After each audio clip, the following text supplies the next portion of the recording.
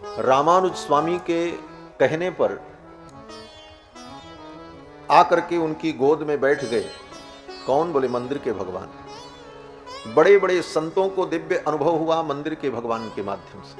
तो मंदिर में विराजमान जो अर्चा विग्रह हैं वो साक्षात भगवान हैं और हमारे आपके लिए परम सुलभ हैं।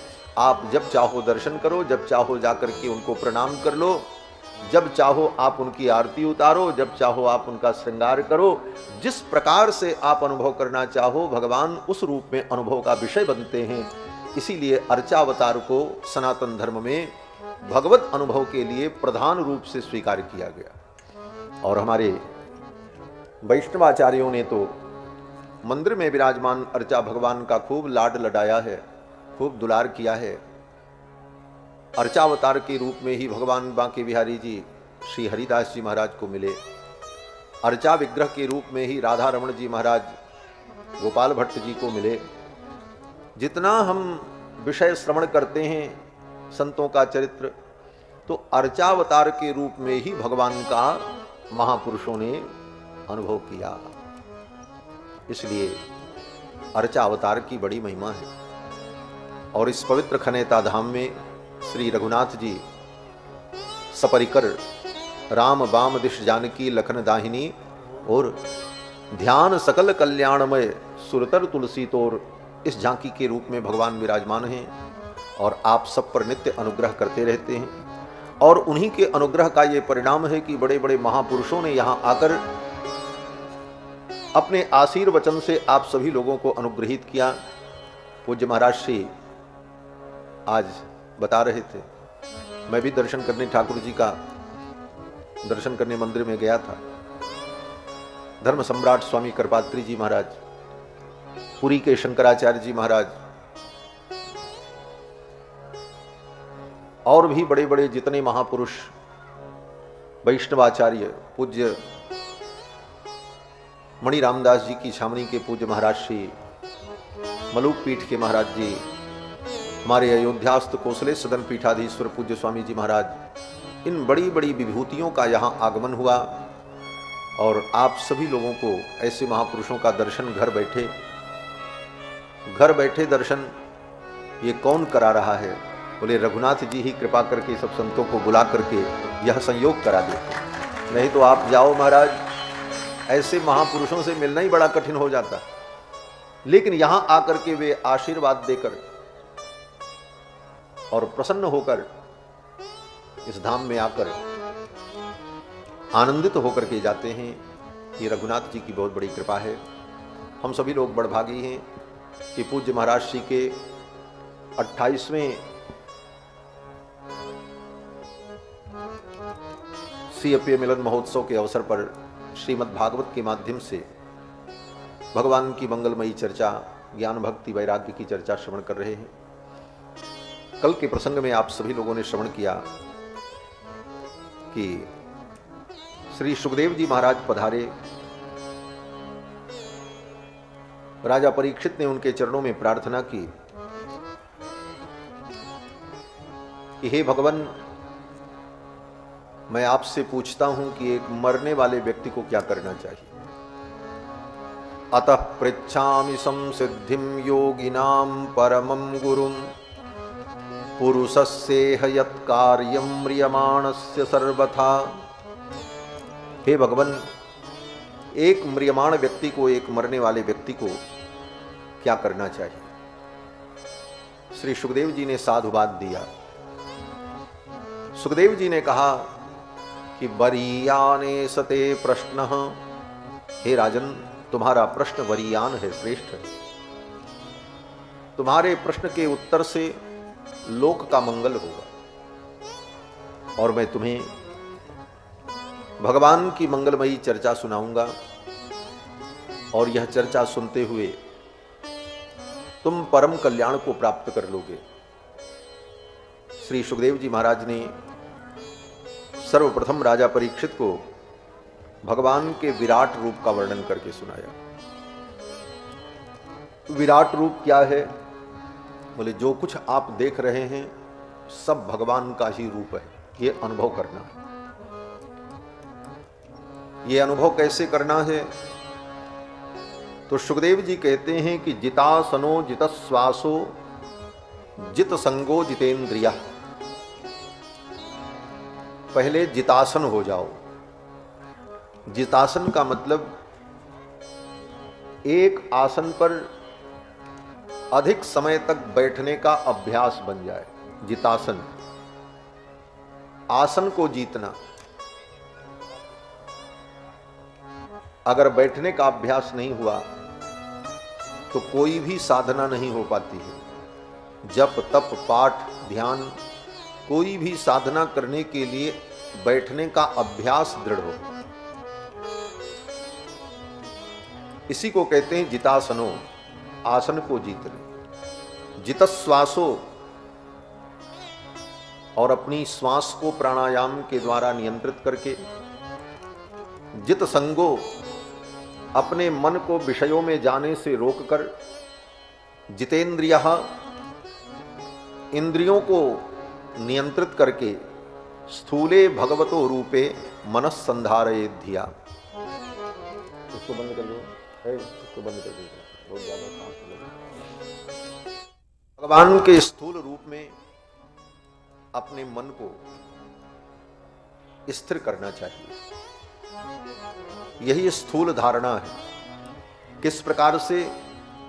तो सुखदेव जी कहते हैं, राजन ये विचार करो कि ये 14 भुवन जो है, इसमें जो सबसे नीचे का लोक है पाताल लोक, 7 लोक ऊपर 7 नीचे, 14 भुवन।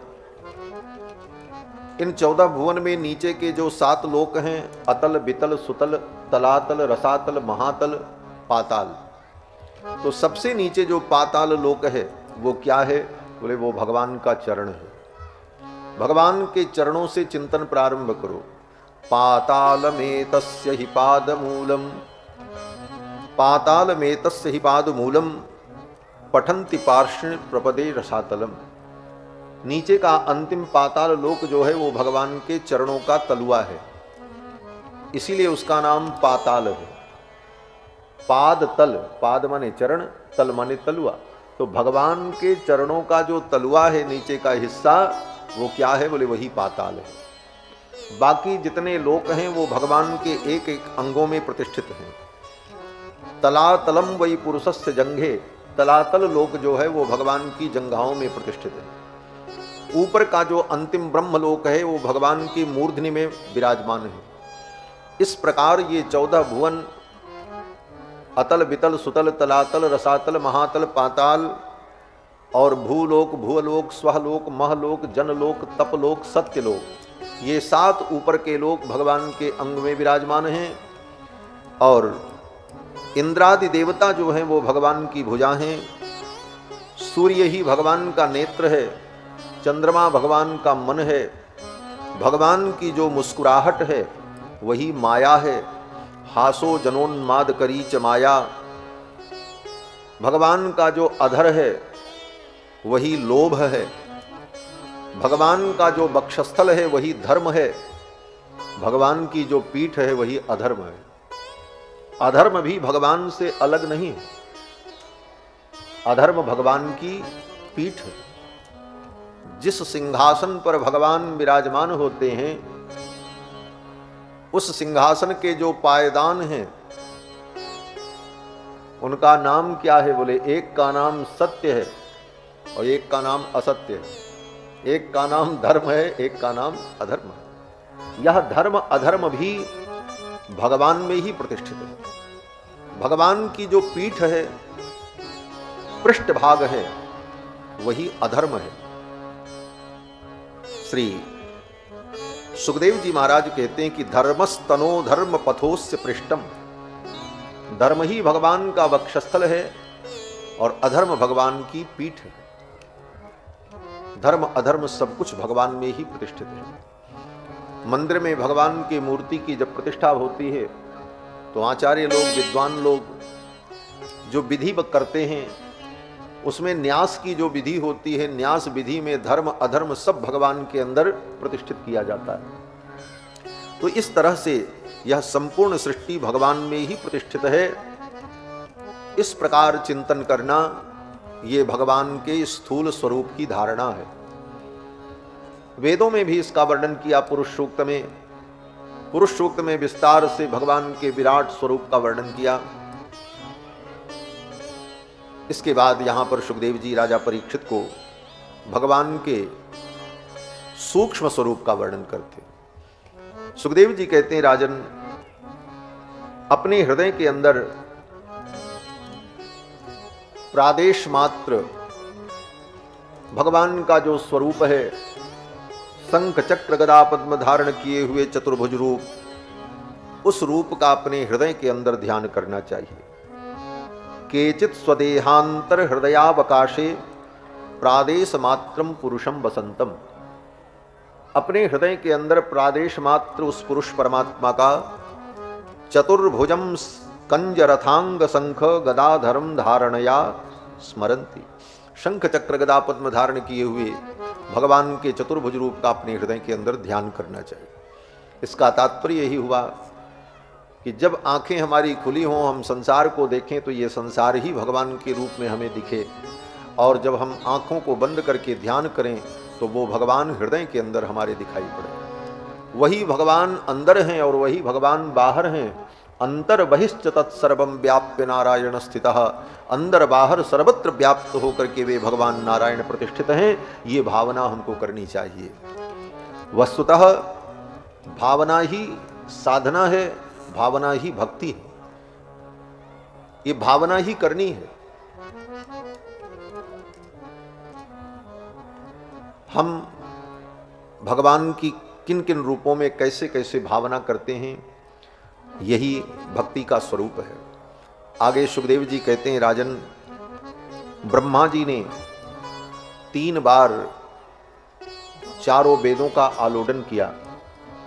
आद्योपांत चारों वेदों का 3 बार अनुशीलन करके ब्रह्मा जी ने ये निर्णय किया कि भगवान श्री हरि के चरणों की भक्ति ही समस्त वेदों का सार है। सुखदेव जी कहते हैं कि भगवान ब्रह्म का स्नेन त्रिरन्वीक्ष मनीषया तदध्यवस्यत् कूटस्थो रतिरात्मन यतो भवेत्। 3 बार ब्रह्मा जी ने संपूर्ण वेदों का विचार करके यह निष्कर्ष तय किया कि रतिरात्मन यतो भवेत्। भगवान श्री हरि में हमारी रति हो, प्रेम हो, यही वेदों का परम तात्पर्य है। आगे सुखदेव जी कहते हैं, राजन, अनेकानेक कामनाओं से अनेकानेक देवताओं की उपासना करने वाले लोग तत्त देवताओं की उपासना से तत्त फलों को प्राप्त करते रहते हैं। लेकिन उत्तम विधि यह है कि अगर सब प्रकार की तुम्हारे अंदर कामना है, अथवा तुम निष्काम हो, अथवा मोक्ष की कामना है, तो तीव्रेण भक्ति योगेन यजेत पुरुषम परम। तीव्र भक्ति योग के द्वारा परम पुरुष भगवान की आराधना करनी चाहिए। सुखदेव जी कहते हैं, राजन, इंद्रियों की कामना वाले लोग इंद्र की उपासना करते हैं। इंद्रम इंद्रिय कामस्तु। जिसको ये कामना होती है कि हमारी इंद्रियां स्वस्थ रहें, तो वो इंद्र की उपासना करते हैं। देवी मायाम तु श्री कामः। जिसको धन की कामना है, माया की कामना है, वो माया देवी की उपासना करता है। प्रतिष्ठा काम पुरुषो रोदसी लोकमातरौ। जिसको प्रतिष्ठा की कामना है, वो लोक मातृकाओं की आराधना करता है। ऐसे ही अलग अलग कामनाओं से अलग अलग देवताओं की उपासना का विधान शास्त्रों में भरा पड़ा है। सुखदेव जी कहते हैं, हे राजन, अकामस् सर्व कामो वा मोक्ष काम उदारधी तीव्रेण भक्ति योगे न यजेत पुरुषम परम। अगर व्यक्ति अकाम है, कोई कामना नहीं है, तो भगवान की आराधना करे। और अगर सब प्रकार की कामना है, बोले तब भी भगवान की भक्ति करे। क्यों? बोले भगवान की भक्ति से सारी कामनाएं पूर्ण हो जाती। तुलसी सो सब भांति परम सुख, जो चाहसी मन मेरो, तो भज राम काम सब पूर्ण करहि कृपा निधि तेरो। भगवान की कृपा से जीव की समस्त कामनाएं पूरी हो जाती हैं।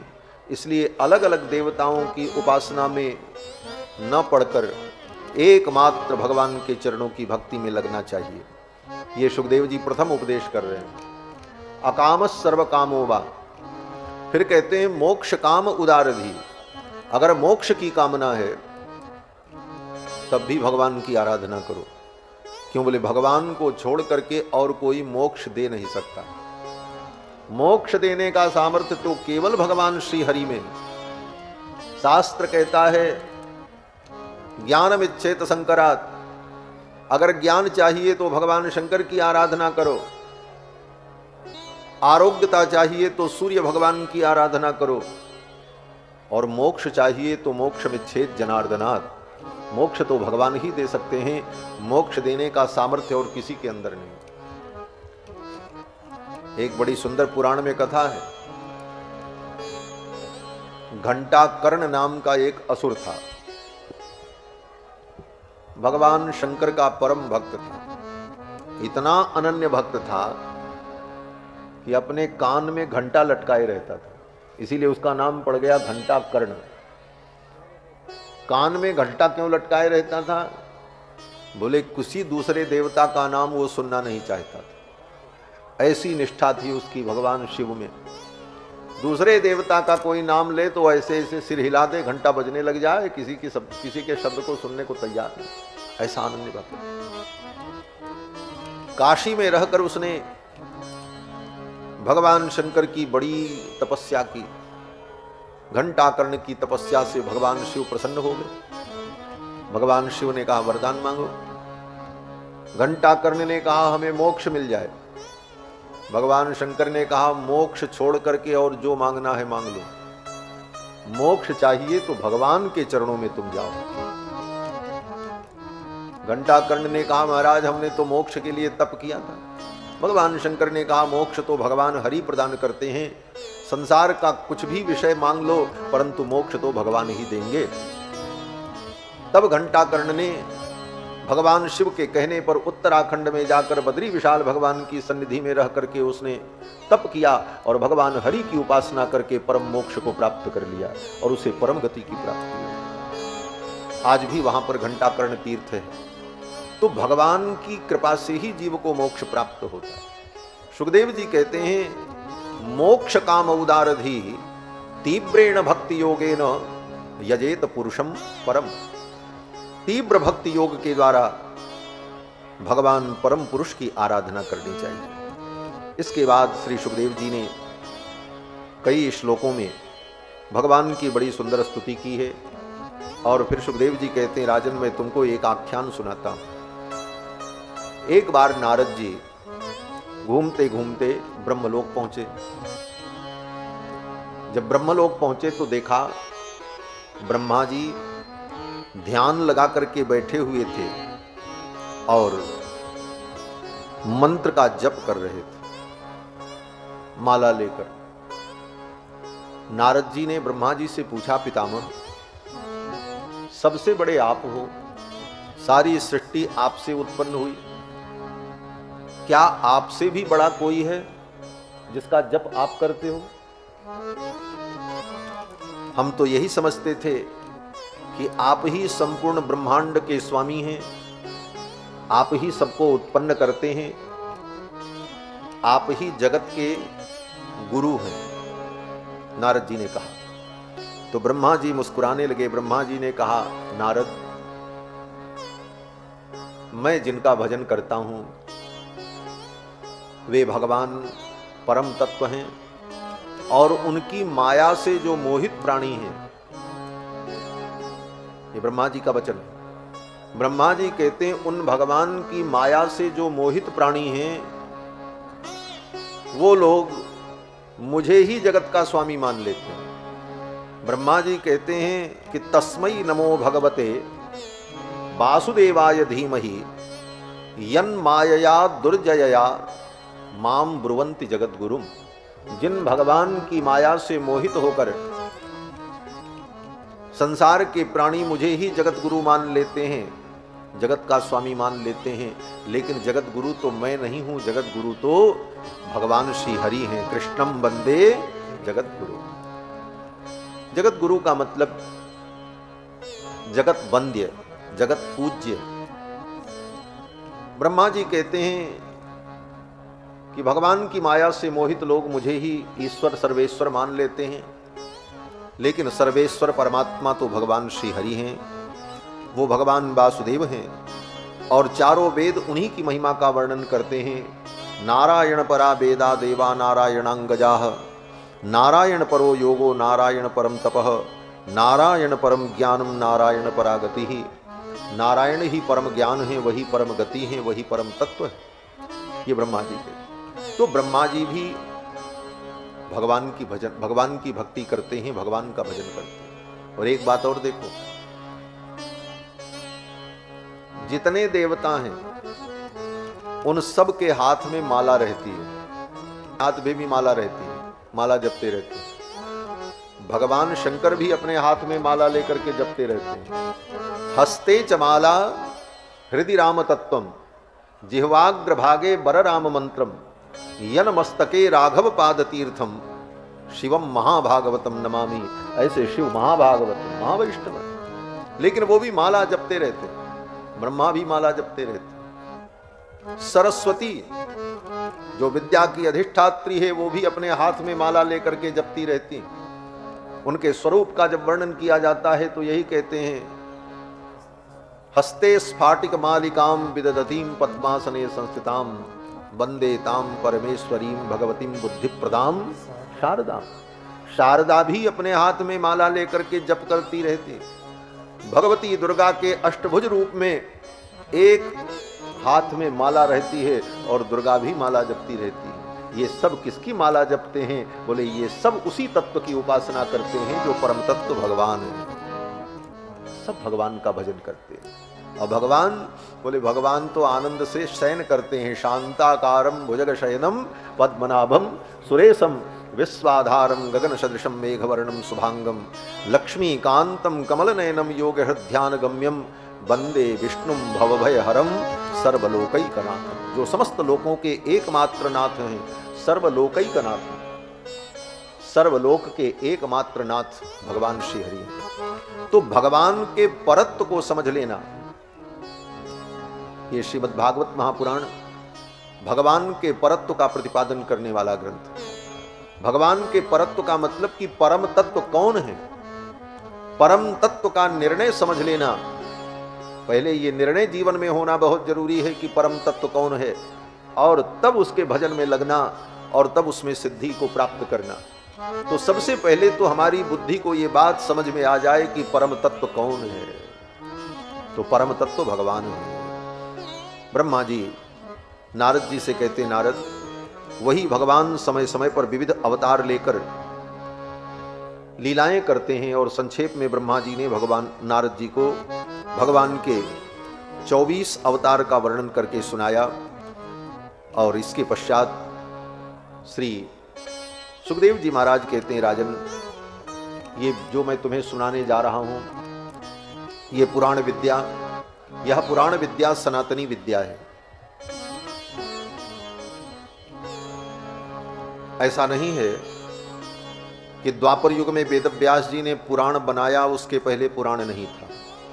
पुराण भी सनातन है, पुराण विद्या सनातनी, ये पुराण विद्या भी सनातन विद्या है। पहले एक ही पुराण था। ब्रह्मा जी ने उस पुराण की कथाओं को भिन्न भिन्न पुराणों के रूप में वर्गीकृत किया है। और कथा है कि ब्रह्मा जी अपने 4 मुख से 4 वेद का पाठ करते, और ब्रह्मा जी का जो 5वां मुख, उस मुख से ब्रह्मा जी पुराण का पाठ करते। ब्रह्मा जी का जो 5वां मुख था, उसे भगवान शंकर ने अपने त्रिशूल से काट दिया था। क्यों काट दिया था? बोले ब्रह्मा जी के 5वें मुख से पुराण का उच्चारण होता था, और पुराण विद्या इतनी सरल विद्या है कि पुराण के माध्यम से बड़ी सरलता से तत्व का बोध प्राप्त करके जीव परम कल्याण को, परम गति को, मोक्ष को प्राप्त कर ले।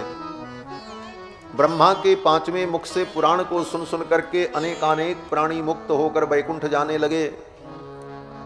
तो देवताओं ने भगवान शंकर से कहा कि जब सारा विश्व मुक्त हो जाएगा तो किस बात के आप विश्वनाथ रहोगे, आप तो विश्वनाथ हो। ये भी सब भगवान की लीला है। सबने भगवान शंकर को उकसा दिया। भगवान शंकर ने कहा ऐसा क्यों हो रहा है? बोले ब्रह्मा जी अपने पांचवें मुख से पुराण का पाठ कर रहे हैं और उस पुराण को सुन करके सब जीव वैकुंठ चले जा रहे हैं। भगवान शंकर को क्रोध आ गया। उन्होंने अपना त्रिशूल लिया और त्रिशूल से ब्रह्मा जी के पांचवें मस्तक को काट दिया। ब्रह्मा जी के पांचवें मस्तक को जब शिव जी ने काट दिया तो भगवान शिव को ब्रह्म हत्या लग गई। और वो ब्रह्म हत्या शिव जी का, वो ब्रह्मा जी का जो कपाल था वह भगवान शिव के हाथ में चिपक गया, छूटा ही नहीं। अब भगवान शंकर उस ब्रह्म हत्या को लेकर के घूमते रहे। भगवान शंकर सारे तीर्थों में भ्रमण किया लेकिन वो ब्रह्म हत्या नहीं छूटी। अंत में वो ब्रह्म हत्या जाकर के बद्रीनाथ धाम में भगवान बद्री नारायण की कृपा से छूटी। वही स्थान जो है वो ब्रह्म कपाली है, जहां पर भगवान शंकर के हाथों में चिपका हुआ कपाल छूट करके गिर गया और भगवान शंकर ब्रह्म हत्या से मुक्त हो गए।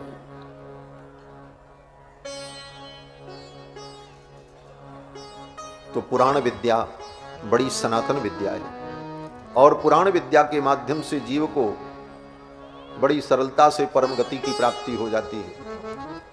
पुराण का लक्षण है, पुराण कहते किसको हैं?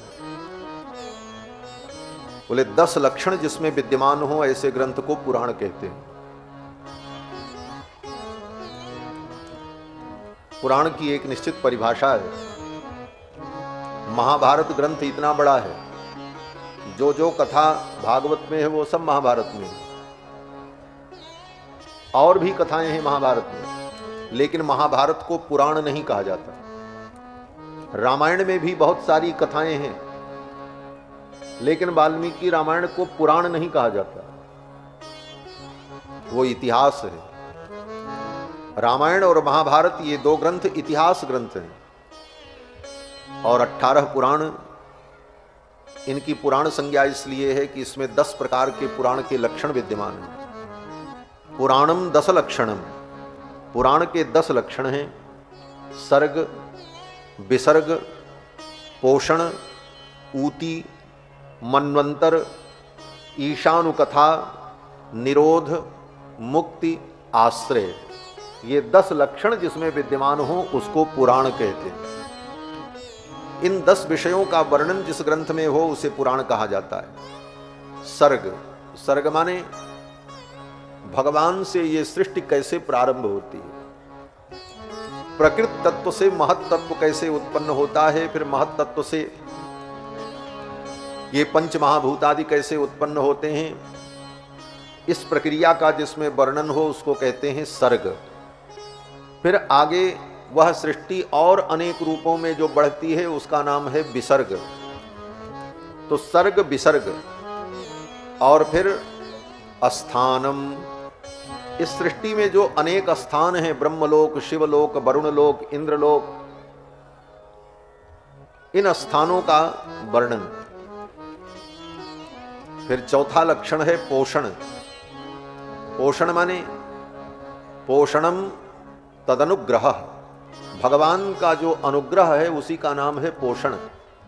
ये सृष्टि तो उत्पन्न हो गई, लेकिन ये चलेगी कैसे? बोले जब तक भगवान इसका पोषण नहीं करेंगे तब तक ये सृष्टि नहीं चलेगी। तो भगवान के अनुग्रह से सबका पोषण होता रहता है। अनंत अनंत ब्रह्मांड में अनंत अनंत जीव, अनंत अनंत देवता सब भगवान के द्वारा ही, भगवान के अनुग्रह से पोषित होते हैं। इसी का नाम पोषण है। तो इस पोषण का जिसमें वर्णन हो। और ऊतयः, ऊती, ऊती माने वासना। जो कर्म है पाप और पुण्य, इन पाप पुण्य कर्मों की जो वासना हमारे अंदर संस्कार के रूप में विद्यमान रहती है, समय आने पर उसी वासना से प्रेरित होकर व्यक्ति नए कर्म में प्रवृत्त होता है। तो इस वासना का नाम ऊती है। तो ऊती का वर्णन जिसमें हो।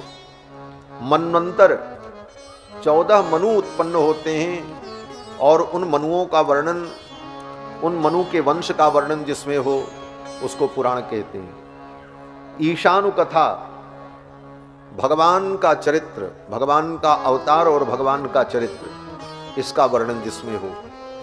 और निरोध, निरोध माने संसार के इस बंधन से हम कैसे मुक्त हों और अज्ञान का निरोध कैसे हो, मोह का निरोध कैसे हो, इसका वर्णन जहां पर किया जाए, ये 8वां लक्षण है। और 9वां लक्षण है मुक्ति। मुक्ति तत्व क्या है, मोक्ष किसे कहते हैं, इसके स्वरूप का वर्णन जिस ग्रंथ में हो। और 10वां विषय है आश्रय। आश्रय माने परमात्मा, भगवान ही आश्रय है, ये संपूर्ण सृष्टि के आश्रय भगवान है। तो 10वां लक्षण जो आश्रय है, उस आश्रय तत्व का, परमात्मा का वर्णन जिस ग्रंथ में हो उसको पुराण कहते हैं। तो पुराण के ये 10 लक्षण हैं, सर्ग, विसर्ग, पोषण, ऊति, स्थान, मनवंतर, ईशानुकथा, निरोध, मुक्ति, आश्रय। इन 10 विषयों का वर्णन जिस ग्रंथ में प्रसंग प्रसंग में आता है, ऐसे ग्रंथ को पुराण कहा जाता है। ये 10 लक्षण जिसमें विद्यमान हो उसको महापुराण कहते हैं, और जिसमें 10 लक्षण न हो, 5-6 लक्षण ही दिखाई पड़े, उसको पुराण कहते हैं। तो पुराण और महापुराण में यही अंतर है। तो श्रीमद् भागवत महापुराण है जिसमें 10 लक्षणों का वर्णन विस्तार से यत्र तत्र श्री सुखदेव जी महाराज ने राजा परीक्षित को बताया। अब आगे सुखदेव जी कहते हैं, राजन, ये सृष्टि भगवान के द्वारा उत्पन्न हुई। जो तत्व ज्ञान मैं तुम्हें सुनाने जा रहा हूं, इस तत्व ज्ञान को श्री मैत्रेय जी महाराज ने विदुर जी को सुनाया था। कहां पर सुनाया था? बोले हरिद्वार में, गंगा के तट पर। सुखदेव जी कहते हैं कि श्री विदुर जी महाराज महाभारत युद्ध प्रारंभ होने के पहले ही हस्तिनापुर छोड़कर चले गए। छत्रा वनम प्रविष्टेन त्यक्त्वा स्वगृहमृद्धिमत्। विदुर जी ने अपने समृद्धि से युक्त, वैभव से युक्त घर को छोड़कर वन में चले गए। क्यों चले गए विदुर जी? बोले विदुर जी का बड़ा अपमान हुआ। दुर्योधन ने विदुर जी का बहुत बड़ा अपमान किया। महाभारत के युद्ध की भूमिका बन रही थी। उस समय विदुर जी ने धृतराष्ट्र से कहा, भैया 5 गांव पांडव को दे दो, ये लड़ाई शांत हो जाए, कुल बच जाएगा, नहीं तो सब कुछ विनष्ट हो जाएगा। और दुर्योधन की बातों में आप मत पड़ो। दुर्योधन अहंकारी है, इसे ज्ञान नहीं है, इसकी हर बात को आप मान लोगे तो कौरव कुल का विनाश हो जाएगा। दुर्योधन वहीं खड़ा था। दुर्योधन को यह बात अच्छी लगी नहीं। दुर्योधन ने विदुर जी को बड़े अपशब्द कहे। दासी पुत्र, नीच, तू मेरी ही रोटी खाता है और मेरे ही विरुद्ध पांडवों का पक्ष लेकर मेरे पिता को भड़काने का प्रयत्न करता। पिता पुत्र में तू भेद पैदा करना चाहता है। ये सब कह करके दुर्योधन ने विदुर जी का बड़ा अनादर किया। विदुर जी समझ गए विनाश का काल आ गया है। विनाश काले विपरीत बुद्धि। विनाश का जब काल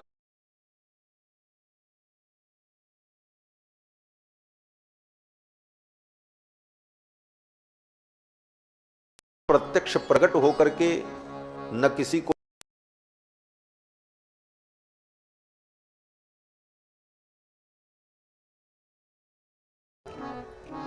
गीता में भगवान कृष्ण कहते हैं कि ददामि बुद्धि योगम तम ये न माम उपयांति ते। जिसका मैं कल्याण करना चाहता हूं उसको मैं बुद्धि योग देता हूं। भगवान बुद्धि में प्रेरणा देते हैं और बुद्धि में हमें जब भगवान की प्रेरणा प्राप्त होती है तो हम सही मार्ग पर चल पड़ते हैं। इसीलिए धर्मानुष्ठान संपन्न व्यक्ति भगवान से यही प्रार्थना करता है, प्रभु आप हमारी बुद्धि को प्रेरित करें। प्रतिदिन हम गायत्री मंत्र के द्वारा यही प्रार्थना करते हैं, धियो यो नः प्रचोदयात्। धी माने बुद्धि, बुद्धि को वो परमात्मा हमारे प्रचोदयात् माने प्रेरित करे। तो भगवान किसी का कल्याण करना चाहते हैं तो बुद्धि में ही प्रेरणा देते हैं, ददामि बुद्धि योगम तम। और जब किसी का विनाश करना होता है तब भी भगवान उसकी बुद्धि में ही प्रेरणा करते हैं। जाकह प्रभु दारुण दुख दीना, ताकि मति आगे हर लीना। भगवान उसकी मति का हरण कर लेते हैं। विनाश काले विपरीत बुद्धि, विपरीत बुद्धि हो जाती है। दुर्योधन की बुद्धि विपरीत हो गई, दुर्योधन ने अनादर किया। विदुर जी ने सोचा अब यहां रुकना ठीक नहीं, अपनी आंखों से अपने कुल का संहार देखना यह भी मृत्यु के समान कष्टकारक होगा। इसलिए विदुर जी महाराज चल पड़े। अपना धनुष बाण धृतराष्ट्र के द्वार पर रख दिया। स्वयं धनुर्द्वारि निधाय मायाम गतव्यथो या दुरु मानयानः। अपने धनुष बाण को धृतराष्ट्र के द्वार पर रखकर विदुर जी महाराज तीर्थ यात्रा के लिए चल पड़े। सुखदेव जी कहते हैं विदुर जी ने अपने रिद्धि से युक्त घर को छोड़ दिया, चल पड़े। स्वगृह मृद्धिमत, रिद्धि समृद्धि से युक्त जो घर था उस घर को छोड़कर विदुर जी चल पड़े। विदुर जी के घर में कौन सी रिद्धि समृद्धि थी?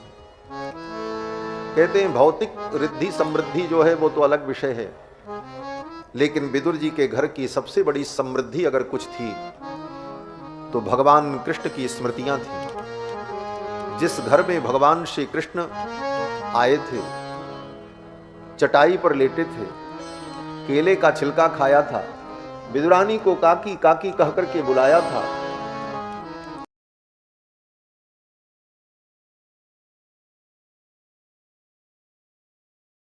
कन्हैया कृष्ण विश्राम किए थे, उस घर को छोड़कर विदुर जी चल पड़े। प्रेमी व्यक्ति सब कुछ छोड़ सकता है, लेकिन अपने प्रिय का, अपने प्रिय की स्मृति का त्याग नहीं कर पाता। लेकिन कृष्ण की जी स्मृतियां जिस घर में थी उस घर को छोड़कर विदुर जी चल पड़े। घूमते हुए, यात्रा करते हुए वृंदावन पहुंचे। वृंदावन में उद्धव जी मिले। उद्धव जी से भगवान की चर्चा हुई। उद्धव जी ने कहा विदुर आप हरिद्वार जाओ, हरिद्वार में आपको मैत्रेय जी मिलेंगे और वो आपको भगवान की मंगलमयी चर्चा और भगवान का संदेश सुनाएंगे। उद्धव जी ने कहा विदुर जी जब भगवान, ये तब की घटना है कि विदुर जी महाराज तीर्थ यात्रा में घूमते हुए ऐसे ही जा रहे थे। उद्धव जी ने कहा विदुर भगवान ने जब तत्व उपदेश किया था उस समय मैत्रेय जी भी थे और मैत्रेय जी से कहा था कि जब विदुर मिले तो यह उपदेश विदुर को सुना देना। विदुर जी की आंखें भर आईं कि भगवान ने मेरा स्मरण किया, भगवान के हृदय में मेरे लिए इतना स्थान है, भगवान श्री द्वारिकाधीश ने मुझे स्मरण किया, याद किया। यह सोचकर विदुर जी महाराज बड़े भाव विभोर हुए और फिर वहां से भगवान का स्मरण करते हुए हरिद्वार पहुंचे और हरिद्वार में विदुर जी को मैत्रेय जी महाराज मिले और फिर मैत्रेय जी महाराज ने विदुर जी को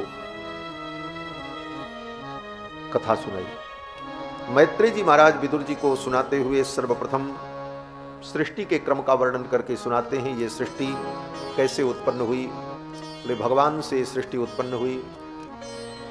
भगवान नारायण ने संकल्प किया एको हम बहुश्याम, मैं एक हूं बहुत हो जाऊं। बहुभवन संकल्प, वेदांत में इसको बहुभवन संकल्प कहा जाता है। भगवान ने संकल्प किया मैं एक हूं बहुत हो जाऊं, बस यह संकल्प ही सृष्टि का मूल होता है। और इस संकल्प में सर्वप्रथम जो क्रिया होती है भगवान की नाभि से एक कमल प्रकट होता है और उस कमल पर ब्रह्मा जी प्रकट होते हैं। भगवान की नाभि से कमल प्रकट हुआ, कमल पर ब्रह्मा जी प्रकट हुए। ब्रह्मा जी ने चारों तरफ देखा तो शून्य आकाश दिखाई पड़ा। अंत में ब्रह्मा जी महाराज ने पता लगाने की कोशिश की ये कमल आया कहां से। कमल नाल को पकड़ करके ब्रह्मा जी उतरने लगे। उतरते उतरते हजारों वर्ष बीत गए, पता ही नहीं चला ये कमल आया कहां से। अंत में लौट करके आकर के ब्रह्मा जी उसी कमल पर फिर बैठ गए। कहां जाते, दूसरा कोई स्थान नहीं था। जैसे उड़ी जहाज को पंछी पुनः जहाज पे आवे। कोई जहाज पर बैठा हुआ पंछी,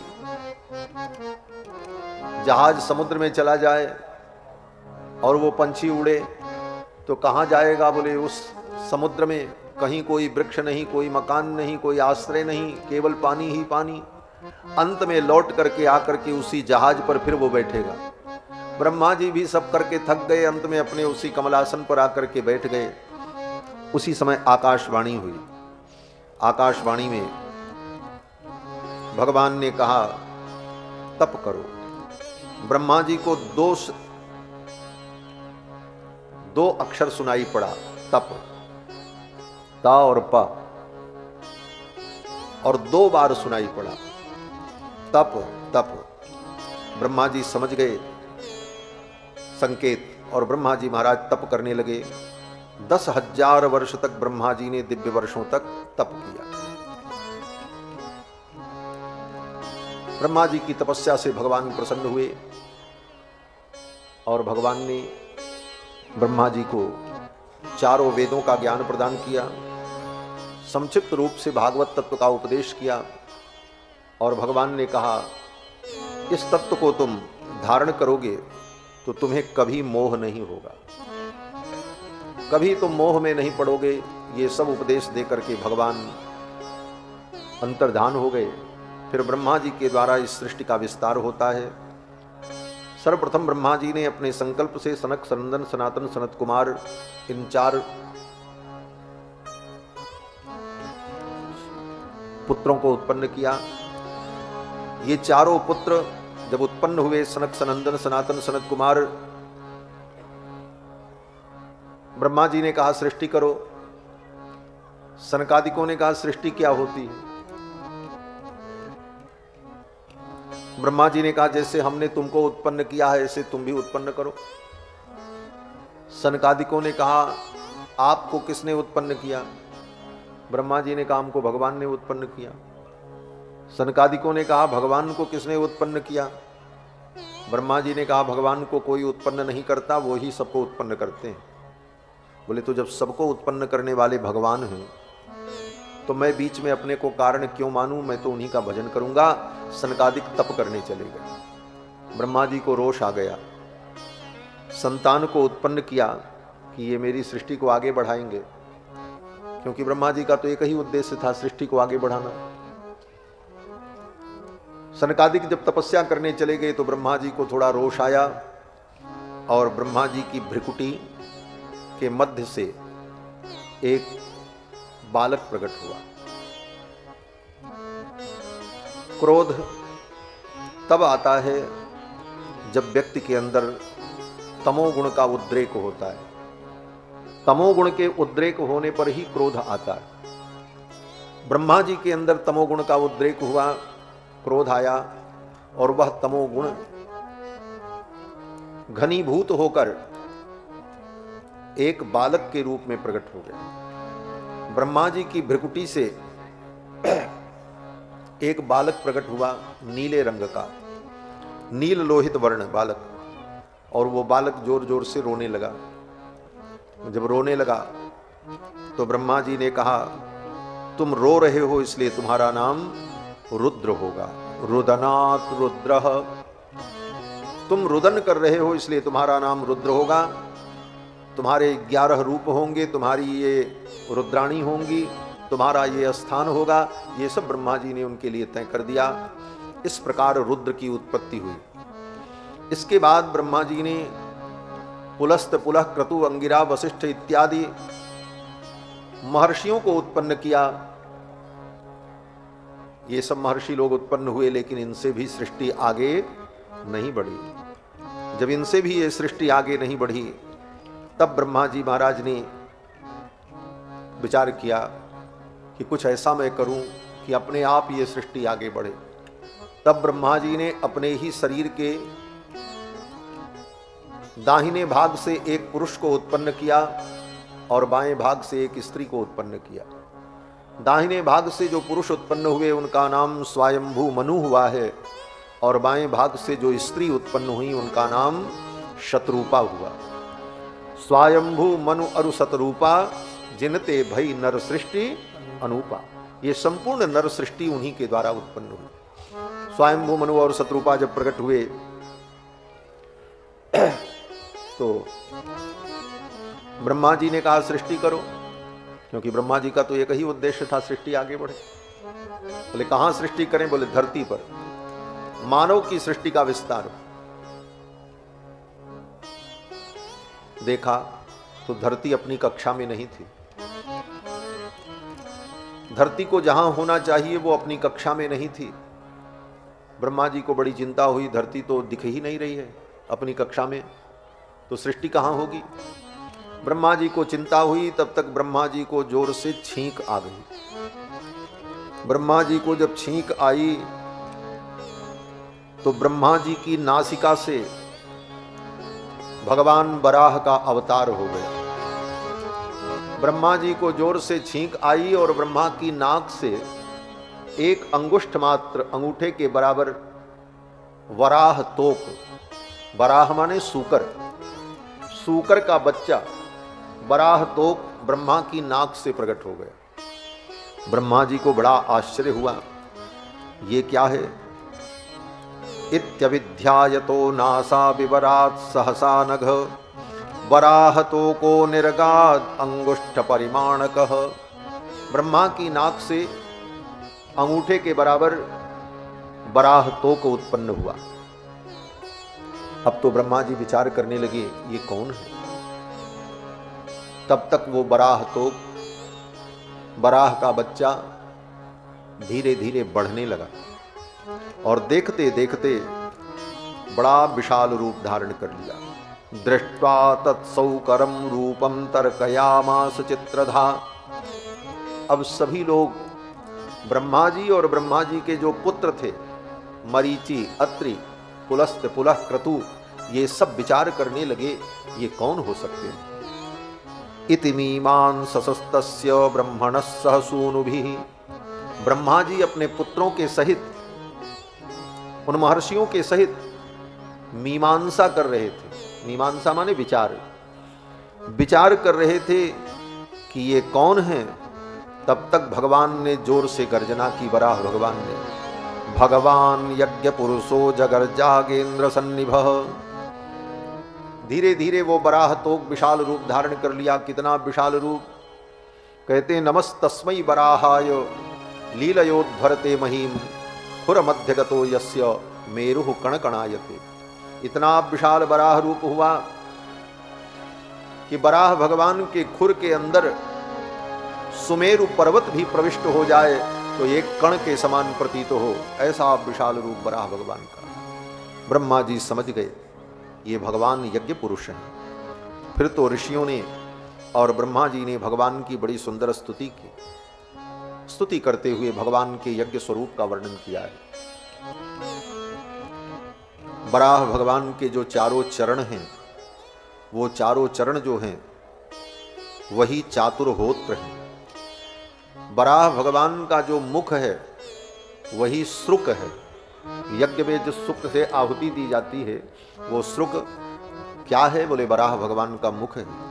प्राशित्रमास्ये ग्रसने ग्रहास्तु। प्राशित्र ही वराह भगवान का मुख है। ये प्राशित्र क्या होता है? यहां पर श्रीमद् भागवत महापुराण में जो बराह भगवान के स्वरूप का वर्णन करते हुए स्तुति की है ऋषियों ने, इस स्तुति के तात्पर्य को कोई व्याकरण और कोश के आधार पर नहीं समझ सकता। जब तक उसे कात्यायन श्रौत सूत्र, पारस्कर गृह सूत्र और वेद मीमांसा के उन सूत्र ग्रंथों का ज्ञान न हो तब तक इन शब्दों का अर्थ ही कर पाना बड़ा कठिन है। वराह भगवान का जो मुख था वो क्या है? बोले प्राशित्र। अब ये प्राशित्र क्या है? जब बड़े बड़े यज्ञ होते हैं, अश्वमेध यज्ञ, वाजपेयी यज्ञ, दर्श पूर्णमास, चातुर्मास, तो उन यज्ञों में ब्रह्मा का भाग देने के लिए लकड़ी का एक पात्र होता है जिसको प्राशित्र कहते हैं। उसी पात्र के अंदर हवि को रखकर ब्रह्मा को दिया जाता है। तो वह पात्र जो है भगवान वराह का मुख है। ग्रसने ग्रहास्तु, जो ग्रह है वो भगवान वराह का गला है, कंठ है। अब ग्रह क्या है? बोले ग्रह का मतलब लोग यही समझते हैं नवग्रह, लेकिन उन बड़े बड़े यज्ञों में एक विशेष प्रकार का पात्र होता है जिसको ग्रह पात्र कहते हैं। उसी ग्रह पात्र में सोमरस और हवि को रख करके हवन के लिए, होम के लिए, यज्ञ के लिए उन्हीं पात्रों में हवि रखी जाती है। और वो ग्रह पात्र उलूखल के आकार का लंबा लंबा होता है, लकड़ी का बना हुआ, गोल, इतना बड़ा। और उसी ग्रह पात्र में सोमरस को, हवि को रखकर ऋत्विक लोग आहुति देते हैं। तो वो ग्रह पात्र जो है वो वराह भगवान का गला है। यच्चर्वणम ते भगवन अग्निहोत्रम, अग्निहोत्र जो है वो वराह भगवान का चर्वण है, माने दाढ़ है, दांत। दीक्षानुजन्मोपसदशिरोधरम, दीक्षा और उपसद ये भगवान का सिर है। दीक्षा और उपसद, दीक्षा का मतलब ये दीक्षा नहीं जो हम मंत्र दीक्षा लेते हैं। यहां पर दीक्षा का मतलब है उस यज्ञ की जो दीक्षा होती है, यजमान जो दीक्षा ग्रहण करता है यज्ञ के लिए। और बड़े बड़े यज्ञों में 12-12 दीक्षाएं होती हैं। वो दीक्षाएं क्या हैं? बोले वो दीक्षाएं ही यज्ञ नारायण भगवान का सिरोभाग है। इस प्रकार उन वैदिक यज्ञों में जो प्रक्रिया होती है, उन प्रक्रियाओं को भगवान के रूप में कैसे अनुभव किया जाता है, इसका वर्णन वराह भगवान के अवतार के प्रकरण में सुखदेव जी ने सुनाया है। वराह भगवान प्रकट हुए गर्जना करते हुए और सीधे वराह भगवान ब्रह्मलोक से चले और पहुंचे वहां पर जहां पर पृथ्वी जल में डूबी थी। अपने दाढ़ पर उठा लिया, लेकर के चल पड़े। लेकर के जब चले तब तक नारद जी महाराज ने जाकर के हिरण्याक्ष दैत्य को बता दिया, अरे तुम्हारी धरती को सूकर लेकर के जा रहा है। फिर तो हिरण्याक्ष दौड़ पड़ा और आया, आकर के भगवान को ललकारा, अरे सूकर तू मेरी धरती को चुरा करके कहां ले जा रहा है? वराह भगवान ने कहा, चोर तो तुम हो, मेरी इस धरती को तुम चुरा करके छिपा करके जल में रखे थे। हिरण्याक्ष ने कहा, आओ मुझसे युद्ध करो, तुम्हारे जैसे जंगली सुअर को तो मैं ढूंढता रहता हूं। हिरण्याक्ष ने कहा। तो भगवान ने भी मुस्कुराते हुए, वराह भगवान ने कहा कि सत्यम वयम, तुम सत्य कहते हो। सत्यम वयम भो वन गोचरा मृगाः, तुम ठीक कहते हो, मैं जंगली सूकर हूं, लेकिन युष्मद् विधान मृगये ग्राम सिंहान।